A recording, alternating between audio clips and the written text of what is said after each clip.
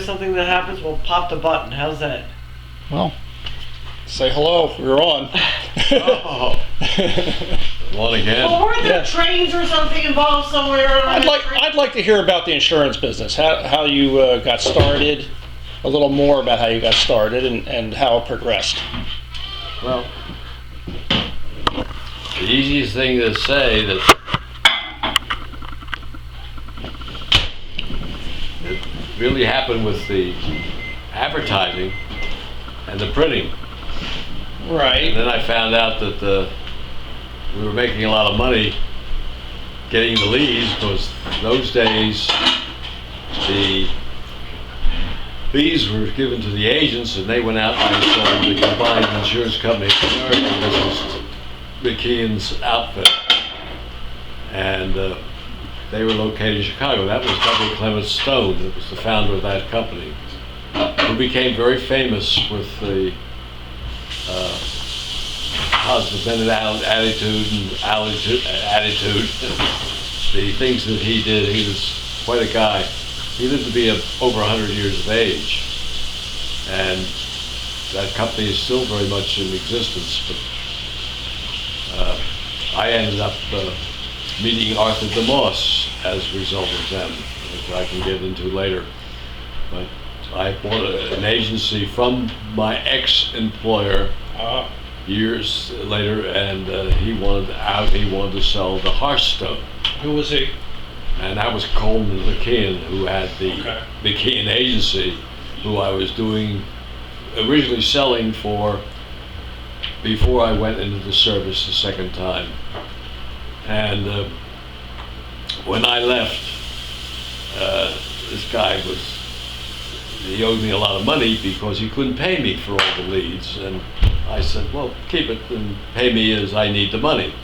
So when I went for the service, I told my father, I said, I don't altogether trust him to pay me the dollar per lead and the $800 and some that he owes me at the present time, and will owe me for the leads that are coming in still. And will you keep an eye on him? He did. He kept an eye on him, because right away he tried to chisel. And my father was just next door in the building, the Fidelity Trust building, and he was over in the corner of Broad and Chestnut Street. And he called him, went over to see him, and read him the Riot Act. He paid from that time on, but I didn't want to work for him again.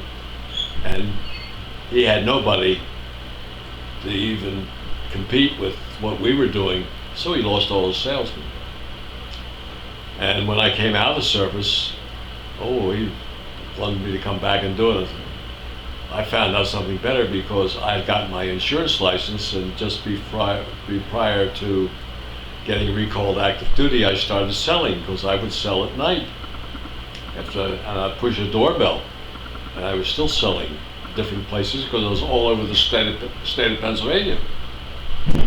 And I had nothing else to do but go to bed, and then get up with my cards, and I had the station wagon loaded to go, and I worked my way around the state from the Milford, Port Jervis area up there in New York, all across Route 6, Wellsboro. I went out to Warren, Bedford, and down. And Every night you did that? Every day. Okay. Well, I could, but the kids are out of school in the summertime. It was a good time to do it. But I left to go back in the service in September. I got my letter from Harry Truman inviting me to arrive at Fort Campbell, Kentucky. And my father got me a plane ticket, and I flew down to Nashville, and went out and reported for duty. And Kathy was just a baby, and at that time, Sherry was a gleam in her mother's eye, but didn't come to reality for a few years. I was not really even thought of yet. Yeah. Tell us about the service while you're on the subject. So I went back to Fort Campbell, and that was my old division, and they were stripped to be the 187th Regimental Combat Team that went to Korea. then everybody there was a reservist that was called up, and they were all getting groomed to go to Korea as replacements, including me. Well, I found my old company commander and people like that, and he said, "Would you like to join me?" I said, "I'll train you to be a section sergeant." Well, he was in charge of the anti-aircraft. And I said, "I'm an infantryman. I don't know if I want to do that." He said, "Well, I'll tell you what, I'll call Colonel Coger and see if I can, he needs somebody there in S3, and that's plans, training, S3 operations." So I met the colonel, and the colonel got me located right away in his area, and I ended up with the operations department as operations sergeant and assistant to the operations sergeant. And I stayed there for a while, and then they had the opportunity, I had the opportunity to join as cadre to reactivation of the 503rd, because the 187 parachute outfit left for Korea. They were gone, and the 503rd was empty. So I ended up as the operations sergeant regimental for them. That was a nice job.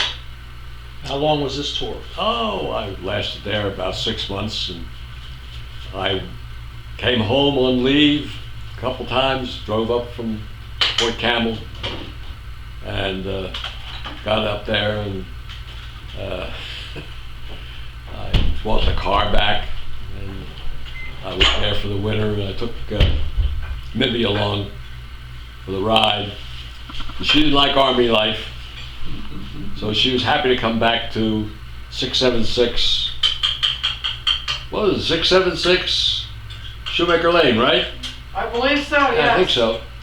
And there she was. And Leo Boyle, he was on his way back as a captain, and he was taking him to Indian Town Gap. I said, "Well, I'll go up to Indian Gap and see if I can find a job there, and maybe I can get transferred near home." And I went to Indian Town Gap, and I went to the adjutant's office, and I had some records and things with me, and stated by what I was doing, and I got a letter of acceptance, which is what you needed, which the letter of acceptance, they would give me a position. I went down, and I gave that to my friend Bill Owens, and he knew the right places. The next thing you know, I had transferred to Indian Town Gap. And I was a real con man, I guess, because I was sitting in the replacement depot waiting to be assigned to some straight leg outfit, and I'd never been with a straight leg outfit. And I was really kind of embarrassed because I loved the paratroopers, but I wanted to be near home. I was only 70 miles away. And so I saw this opportunity. Next door was purchasing and contracting. I went in there, and I met this Light Colonel Parker, and he was in charge of purchasing and contracting for the Army, the base. They were doing the base over. And I told him I had experience in buying paper, things to do with the printing business, which I did, because I was doing that for plant reproductions, and I did a lot of the buying and things like that for him, and I got some good experience that way. So he said, "Well, I can use you." So I became a desk jockey, spending the government money on doing everything you can possibly think of to rehab the base, the buildings and things